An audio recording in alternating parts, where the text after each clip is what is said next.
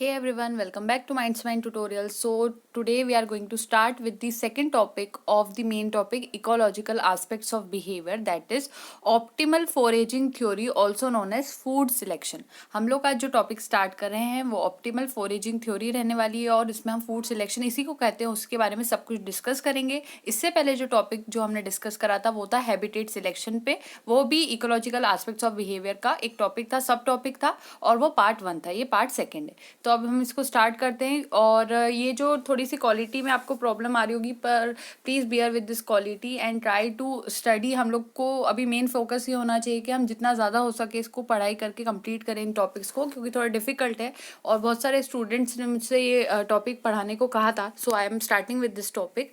तो अब देखते हैं अब इसके थोड़े से डिटेल्स को। सबसे पहला पॉइंट यहाँ पर कह रहा है कि जो फीडिंग बिहेवियर होता है, जो फीडिंग बिहेवियर होता है उसी को हम फोरेजिंग कहते हैं। खाना खाने का किसी ऑर्गेनिज्म का जो बिहेवियर होगा उसका दूसरा नाम फोरेजिंग होता है। फोरेजिंग को लेकर बहुत बार कंफ्यूजन हो जाता है कि इसका मतलब क्या है, कुछ एजिंग से रिलेटेड तो नहीं, सेनेसेंस से रिलेटेड तो नहीं है। तो ये ऐसा नहीं है, ये खाने से रिलेटेड होता है, फीडिंग से रिलेटेड होता है।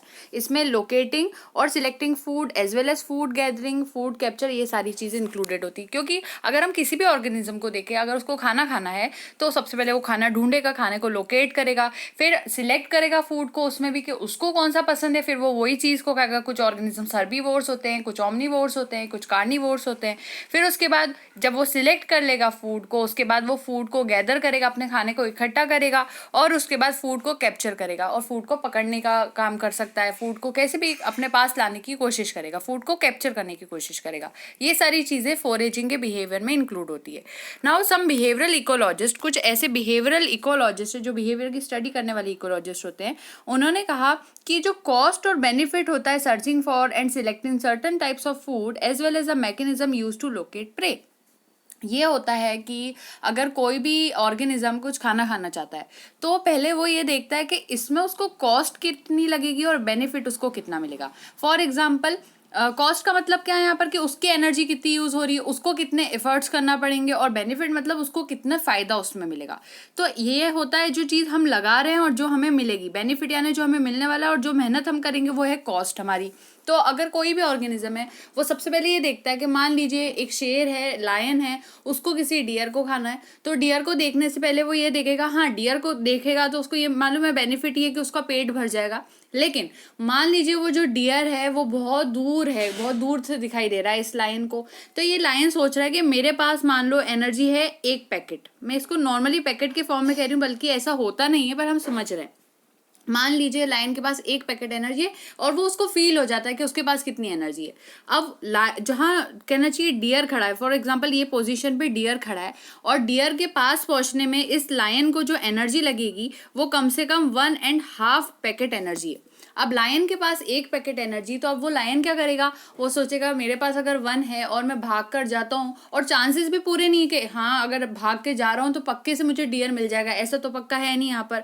तो ये जो लायन है वो वहाँ पर फिर उसको अवॉइड करने की कोशिश करेगा और कोशिश करेगा मैं दूसरा कोई खाना ढूंढ लूँ अभी के लिए, बजाय कि मैं इस डियर के पीछे जाऊँ, क्योंकि उसके पास सिर्फ 1 पैकेट एनर्जी और डियर के पास पहुंचने के लिए 1.5 पैकेट एनर्जी हमें लगेगी, वो उसके पास है नहीं। तो अब उसमें यहाँ कॉस्ट उसको ज़्यादा लग रही है और बेनिफिट उसको इतना नहीं मिल पा रहा, और बेनिफिट पक्के से 100% चांसेस है उसके ये भी नहीं है। तो इसी वजह से ये जो कहना चाहिए लायन होगा वो यहाँ पर कॉस्ट और बेनिफिट को नापता है, कॉस्ट कितना है बेनिफिट कितना। अब इनमें से जो भी चीज़ बड़ी होती है, फॉर एग्जाम्पल यहाँ पर कॉस्ट ज़्यादा बड़ी दिखाई दे रही है, तो लायन क्या करेगा, उस खाने के पीछे नहीं जाएगा और उस खाने को अवॉइड कर कर दूसरे किसी खाने को ढूंढेगा। तो ये था एक उनकी ऑप्टिमाइजेशन करना, कि हम लोग समझे उस चीज़ को कि हमें कितनी ज़रूरत है और हमें लगाने की कितनी ज़रूरत पड़ सकती है। ये जो सारी बातें थी वो हमें किसने बताई थी, वो हमें बिहेवियरल इकोलॉजिस्ट जो होते हैं, जो बिहेवियर इकोलॉजी करने वाले स्टडी होते हैं, उन्होंने हमें ये बारे में बताया था। So many camouflage strategies have evolve that may prey difficult to detect. बहुत सारी जो शिकार होता है, शिकार का मतलब होता है प्रे और शिकारी का मतलब होता है प्रेडेटर। तो जो प्रे होते हैं उनके अंदर खुद से ही अगर देखा जाए तो गॉड की तरफ से ही उनके अंदर ऐसी स्ट्रेटेजीज आ जाती है जिसको कैमोफ्लेज कहा जाता है, जिसमें वो ऑर्गेनिजम्स अपने आप को जो इन्वायरमेंट होता है उसी में छुपा लेते हैं। फॉर एग्जाम्पल कैमेलियन की बात करें तो फॉर एग्जाम्पल ये पिंक कलर की टेबल है, अगर उस पिंक कलर की टेबल पर कैमेलियन आकर बैठता है तो इस कैमेलियन का कलर भी पिंक कलर का हो जाता है, यानी कि वो अपने आप को कैमोफ्लेज कर लेता है, छुपा लेता है उस टेबल में, ताकि उसको अगर कोई ऑर्गेनिज्म हार्म पहुंचाने आए तो वो उसको देख ना पाए।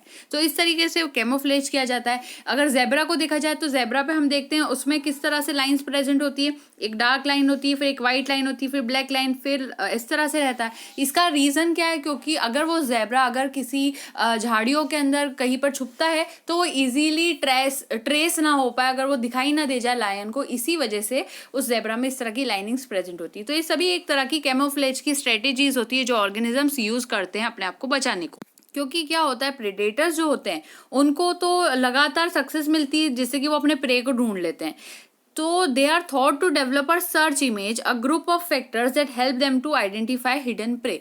तो वो ये जो ऑर्गेनिजम्स रहते हैं वो भी कैमोफ्लेज तो यूज कर रहे हैं, लेकिन अब प्रेडेटर को भी तो प्रे को खाना है। तो अब ये प्रेडेटर्स क्या करते हैं, एक तरीके से रिपीटेड सक्सेस उनको मिलती है और क्या करते हैं, एक तरह की सर्च इमेज अपने माइंड में बना लेते हैं कि हाँ वो एरिया जो है उस टाइप का दिख रहा है, वहां से आवाज आ रही है, तो वहां पर जाएंगे तो कुछ ना कुछ मिल जाएगा और वो एरिया सही रहेगा। तो ये जो ग्रुप ऑफ फैक्टर्स होते हैं उससे हिडन प्रे को ढूंढा जा सकता है। दूसरा पॉइंट है यहाँ पर, why do grizzly bears spend hours digging Arctic ground to capture squirrels while ignoring larger prey such as caribou. अब यहाँ पे बात आती है जो ग्रिजली बेयर्स होता है, आपने सुना होगा, जो कहना चाहिए नेशनल जियोग्राफिक चैनल होता है, जो भी मतलब मेनली एनिमल जो चैनल्स हो सकते हैं, एनिमल प्लेनेट हो सकता है, तो ये जो चैनल होते हैं डिस्कवरी वगैरह, इस पे ग्रिजली बेयर्स के बारे में बहुत कुछ शो करते हैं वो लोग, बहुत इंटरेस्टिंग रहते हैं ग्रिजली बेयर्स। उनमें क्या होता है कि ये अपने जो आर्स होते हैं यानी बहुत सारे घंटों तक ये डिगिंग करते हैं, यानी खोदने का काम करते हैं आर्कटिक ग्राउंड को। जो आर्कटिक ग्राउंड होता है, फॉर एग्जाम्पल यहाँ पर बेयर है, बेयर का कुछ डायग्राम कुछ इस तरह मैंने यहाँ पर बनाया है और यहाँ पर ग्राउंड है।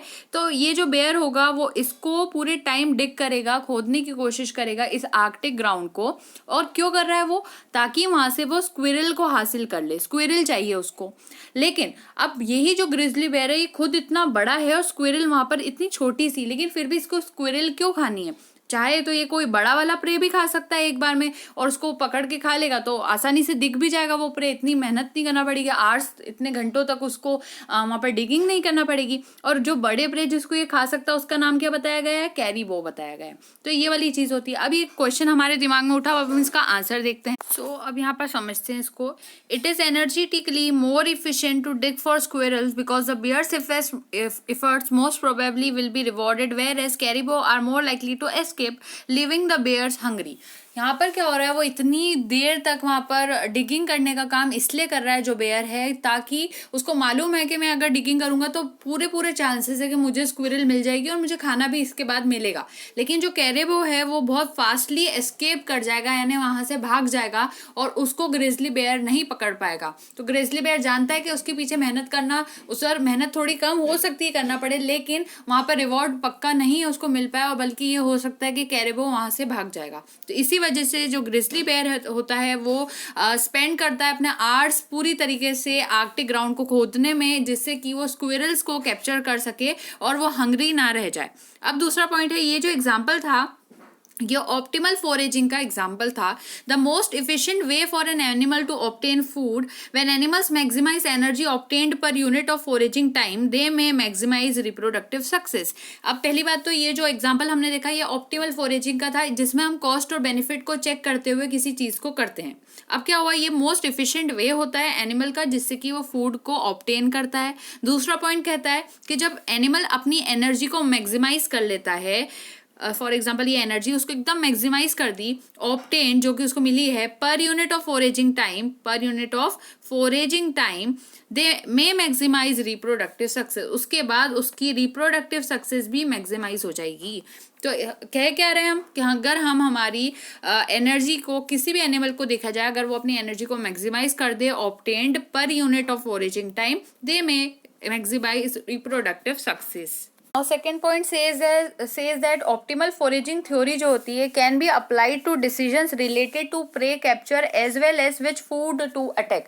इस थ्योरी से हम ये पता कर सकते हैं, लगा सकते हैं, डिसीजन ले सकते कहना चाहिए कि कौन सा प्रे को कैप्चर करें और कौन से फूड को अटैक किया जाए. So when a parent bird, अगर हम किसी पेरेंट बर्ड के when a parent bird forages for a brood of young nestlings, जब कोई पेरेंट बर्ड ब्रूडिंग शो करता है, फोरेज करता है एक अपने ब्रूड ऑफ यंग नेस्टलिंग्स है, यानी जो उसके नए नए हुए बच्चे हैं छोटे, उनके लिए अगर कोई पेरेंट बर्ड खाना लेने की कोशिश करता है, बिहेवियर देता है, तो it must leave its nest. सबसे पहले उसको अपने घोंसले को, अपने नेस्ट को वहां से छोड़ना होगा, वहां से जाना होगा to find a suitable place for food. जहां पर उसको अच्छे से सुटेबली खाना दिखाई दे उस जगह पर उसको जाना होगा. The bird should decide how many prey to capture before returning to the nest to deliver the goods to the offspring. और बर्ड को पहले ही डिसाइड करना होगा कि अगर मैं नेस्ट से जाता हूं तो मुझे कितना खाना लेकर आना होगा, जिससे कि इन सारे छोटे बच्चों का, छोटे जो हैचलिंग्स है वहां पर, उन सभी का पेट भर जाए. तो अब ये सारी जो चीजें होती है उसको देखते हुए बर्ड वहां से फ्लाई करता है. Bird's efficiency declines because it becomes difficult to pick up new prey with a beak already full of food. अगर मान लीजिए जो बर्ड है उसकी पूरी बीक में उसने खाना भर रखा है और उसको कोई नया खाना दिखाई देता है, तो बर्ड के लिए डिफिकल्ट है, क्योंकि उसकी बीक जो है, उसकी जो चोंच है, उसमें ऑलरेडी खाना फिल्ड है और खाना उसको दिखाई दे रहा है, तो उसके पास इतना जगह भी नहीं है और उसकी इफिशियंसी भी यहाँ पर कम होगी. उसको पकड़ नहीं पाएगा उस नए प्रे को, क्योंकि उसके पास जगह नहीं है. सो क्या होगा, gradually getting food becomes more difficult because the density of prey in the area declines as the bird feeds there. और क्या होता है धीरे धीरे कि अगर किसी एरिया की बात करें, अगर रोज वहां पर कोई बर्ड आकर बहुत सारा खाना लेके जा रही है और खा रही है वहां पर, तो धीरे धीरे वहां जो प्रे था, जितना शिकार वहां पर पाया जाता था, उसकी जो डेंसिटी थी, उसका जो घनत्व था, वो सब वहां पर कम हो जाएगा, क्योंकि अब वहां पर धीरे धीरे खत्म भी होते जा रहे हैं वो प्रे. तो उस बर्ड को इतने आसानी से अब मिलेगा नहीं वहां पर फीडिंग करने के लिए.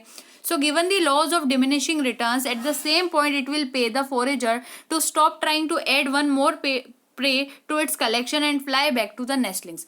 तो ये जो चीज है इसको कहते हैं given the law of diminishing returns. यहाँ क्या हो रहा है कि एक तरह से नेचर को भी पता है कि ये जो अगर बर्ड है, अगर हमने इसको ये वाला सिस्टम नहीं दिया होता, ये बीक वाला सिस्टम, तो वो चिड़िया तो बहुत सारा खाना आराम से भरकर लेकर चली जाती है और इस तरह से तो पूरा वहाँ पर प्रे खत्म हो जाते.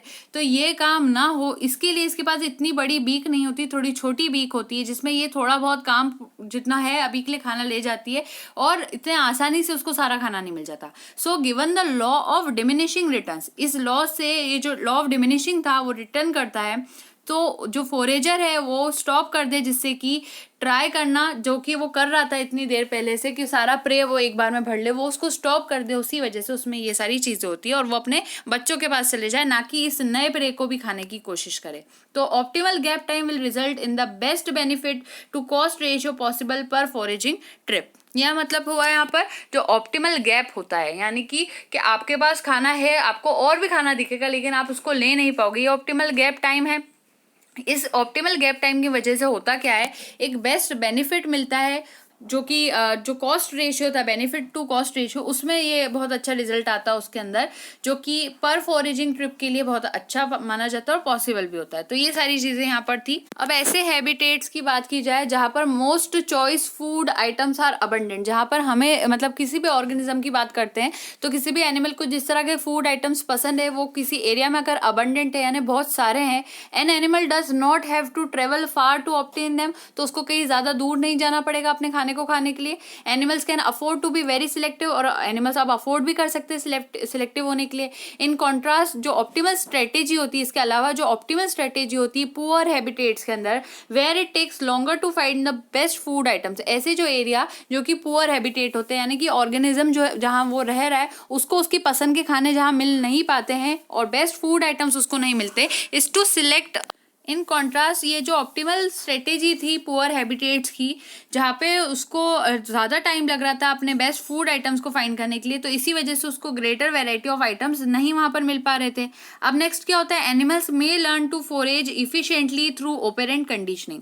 अब ऐसी कंडीशन में जो एनिमल्स होते हैं वो अपने खाना ढूंढने के लिए एक तरह से उनमें इफिशियंसी आ जाती है, वो अच्छे से सीख जाते हैं. और वो कैसे सीखते हैं, ओपेरेंट कंडीशनिंग के थ्रू. ओपेरेंट कंडीशनिंग हमने लर्नड बिहेवियर जो इससे पहले जो हमने टॉपिक पढ़ा था उसमें समझ ली थी, that is by randomly trying various strategies and selecting the one associated with the most rewards. यानी कि इसके अंदर वो रैंडमली ट्राई करता रहता है अलग अलग तरह की स्ट्रेटेजीज को, सिलेक्ट करने की प्रोसेस को, जिससे कि उसको रिवॉर्ड मिले, उसको खाना मिल जाए। तो अलग अलग तरीके से वो स्ट्रेटेजी अप्लाई करने की कोशिश करता है organism. And the fewest hunger pangs at the end of the day, और लास्ट में उसको बहुत कम हंगर पैंग्स मिले। हंगर पैंग्स मतलब होता है कि जो हमें भूख लगने की जो फीलिंग होती है उसको हंगर पैंग्स कहा जाता है। तो वो लास्ट में उसको बहुत कम हो, इसके लिए वो अलग अलग तरह के मेथड्स को यूज करता है ऑर्गेनिज्म, और खाना खाने की कोशिश करता है, फोरेज करने की कोशिश करता है। Foraging is also affected by risk of predators. अब होता क्या है, जो फोरेजिंग होती है वो भी रिस्क ऑफ प्रेडेटर से अफेक्टेड होती है। कॉलीशॉ नाम के एक साइंटिस्ट है, कॉलीशॉ को कहा जाता है, उन्होंने फोरेजिंग बिहेवियर को स्टडी किया था पॉपुलेशन ऑफ बबून्स के अंदर। बबून्स एक तरह के मंकी लाइक ऑर्गेनिजम्स होते हैं। उन्होंने क्या पाया, जो बबून्स होते हैं वो अपना मोस्ट ऑफ द टाइम, बहुत ज्यादा टाइम अपना फोरेजिंग में यूज करते हैं in a habitat in which food was relatively less than in area with more abundant food that had a high risk of predation by leopards and lions। Baboons क्या करते हैं, मान लीजिए यहाँ पर दो एरियाज है, ये दो एरियाज हमने बनाए। ये जो वाला एरिया, यहाँ पर बहुत सारा बबून को खाने का मटेरियल मिलेगा, बहुत सारा खाना है इस एरिया के अंदर, लेकिन साथ में इस एरिया के अंदर रिस्क भी बहुत ज्यादा है, रिस्क भी ज्यादा है और फूड भी ज्यादा है इस एरिया में। जो बबून खाना पसंद करते हैं, फॉर एग्जांपल फ्रूट्स खाते हैं, वो पेड़ों पर लगे हुए या छोटे मोटे ऑर्गेनिजम्स को खा लेते हैं। तो ये जो चीजें होती है, अगर बबून को खाना है तो यहाँ पर फूड भी ज्यादा और यहाँ रिस्क भी ज्यादा है। दूसरा एरिया ऐसा है कि यहाँ पर फूड तो थोड़ा सा कम है, फॉर एग्जाम्पल इतना ही फूड है, लेकिन यहाँ पर रिस्क भी कम है। यानी कि लायन, लेपर्ड जो बबून को खा जाएगा, बड़ा ऑर्गेनिज्म, वो यहाँ पर नहीं है। यहाँ पर वो सारे ऑर्गेनिज्म है जो बबून को प्रॉब्लम क्रिएट कर दे।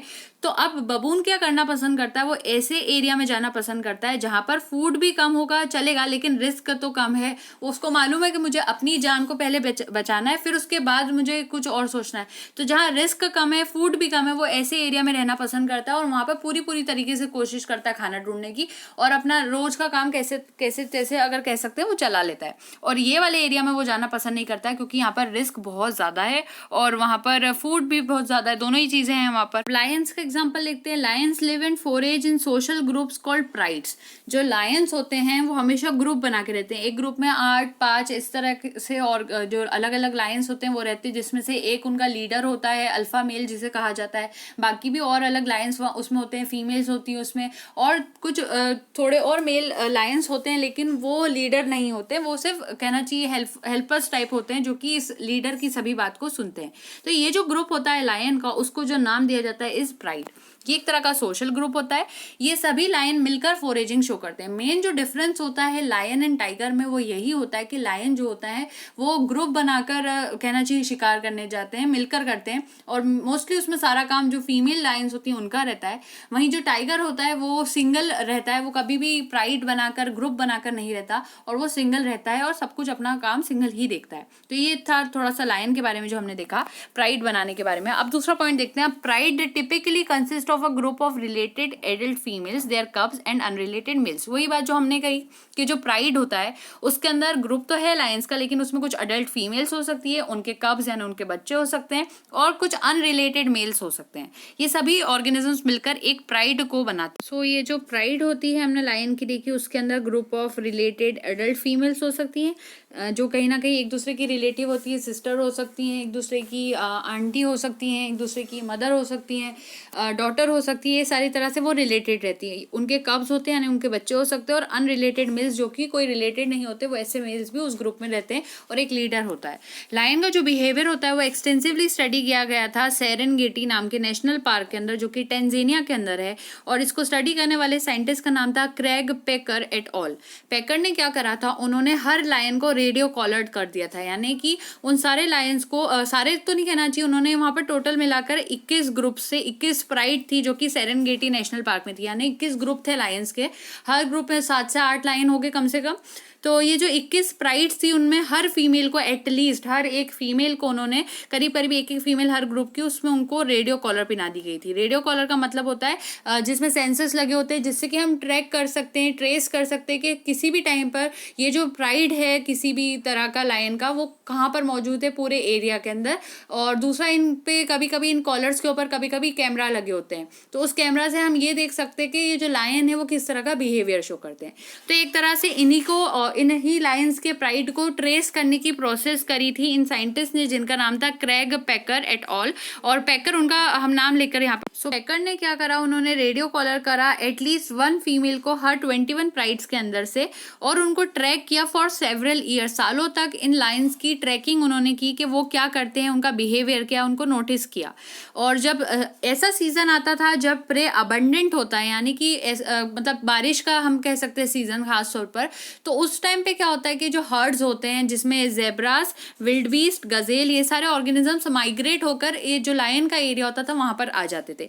तो इस सीजन में जब प्रे अबंडेंट होता था, शिकार बहुत सारा आता था, तो जो लायंस थे वो क्या खाना पसंद करते थे, वो विल्डबीस्ट को खाते थे, गजेल को खाते थे, जेब्रा को खाते थे, क्योंकि वो इस एरिया में माइग्रेट होकर आए थे ये सारे ऑर्गेनिज्म।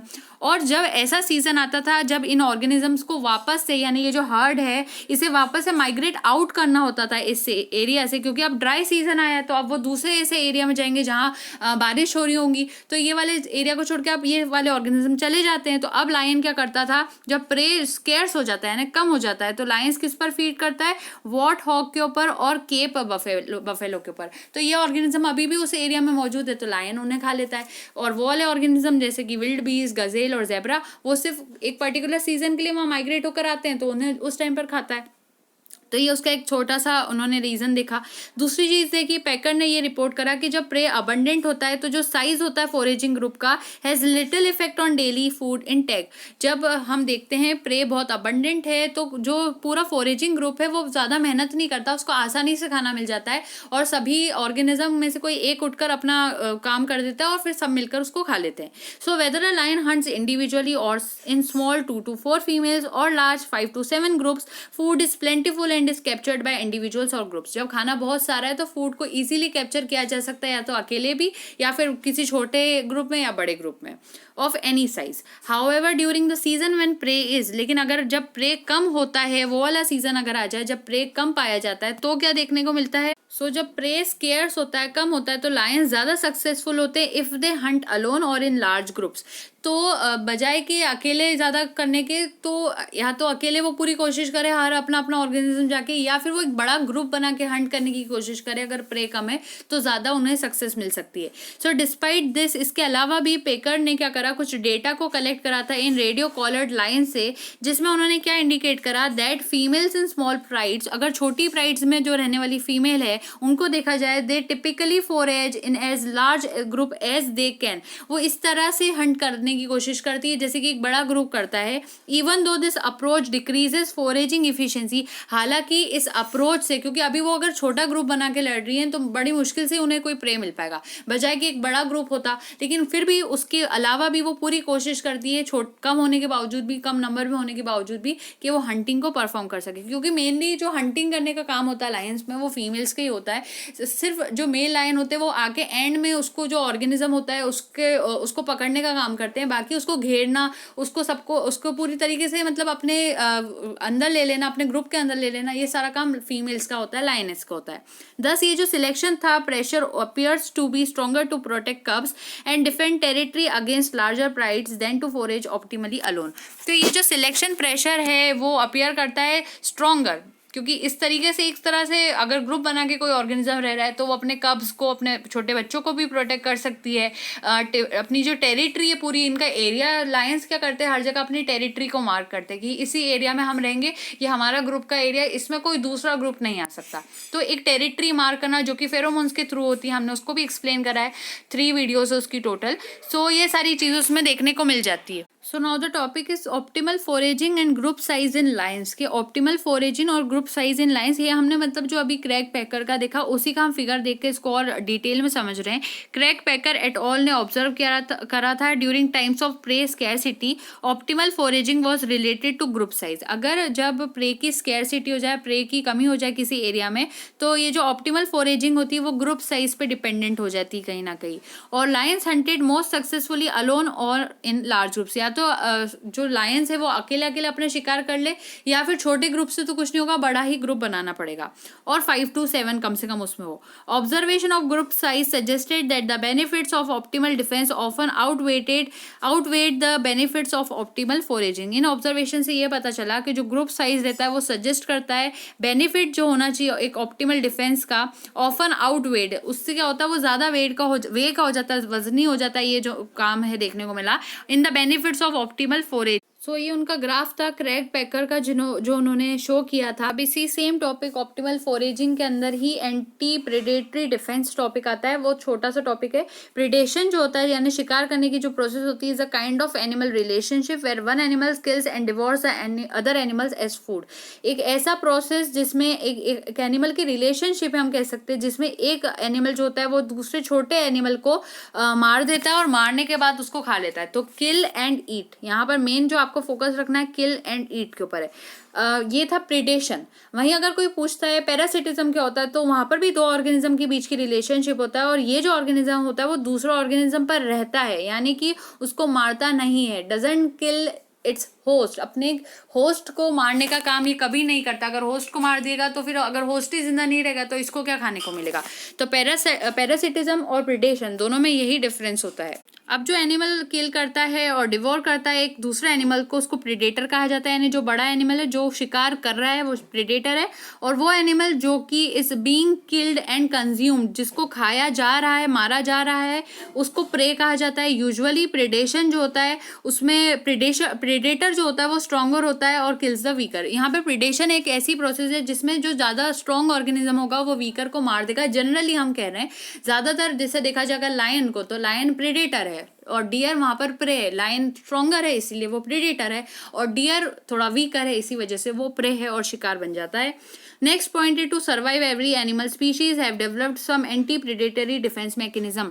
अपनी जान बचाने के लिए हर ऑर्गेनिज्म में एक एंटी प्रेडेटरी डिफेंस मैकेनिज्म ईश्वर की तरफ से ही डाला गया है। होता क्या है, अगर मान लीजिए जो प्रे है यानी जो शिकार है उसका डिटेक्शन अगर डिफिकल्ट हो जाता है प्रेडेटर्स को लेकर, अगर प्रेडेटर्स उसको ढूंढ नहीं पा रहा है, उसको पकड़ नहीं पा रहा है, so it's chances of survival is better, तो ज्यादा अच्छा है। क्योंकि अगर डियर जो है अगर वो फास्टर है, दूसरा वो कैमोफ्लेज अच्छे से करता है, तो लायन उनको इजीली देख नहीं पाएंगे तो उनको मार भी नहीं पाएंगे। So many anti predatory defence mechanisms are there to avoid predation. तो ऑर्गेनिज्म में बहुत सारे ऐसे मैकेनिज्म दिए गए जिससे कि वो अपने प्रेडेटर्स को अवॉइड कर ले और अपनी जान को बचा सके। तो एक तरह से अगर उनके पास वो जो ऑर्गेनिज्म है जो प्रेडेटर्स है अगर वो स्ट्रॉन्गर है तो प्रे भी वहां पर वीकर नहीं, उसके पास भी पूरी ऐसी कुछ मैकेनिज्म्स उसको दी जाती है नेचर में कि वो भी अपनी जान को बचा सके। तो ये दोनों ही ऑर्गेनिजम्स के अंदर ये सारी चीजें होती है। इसको हम दूसरे चैप्टर एक मिमिक्री कर मैं पढ़ाऊंगी बाद में, उसके अंदर डिस्कस करेंगे, जो कि अगेन बहुत इंपॉर्टेंट रहेगा। अभी के लिए हमारे लिए जो हमारा अभी जो पॉइंट था वो इसमें कवर हो गया है। दूसरा अब जो थर्ड टॉपिक रहने वाला है हमारा इकोलॉजिकल एस्पेक्ट्स ऑफ बिहेवियर में, वो रहेगा aggressive behaviour. So stay tuned for that and don't forget to like, share and subscribe. Thank you so much. Happy learning.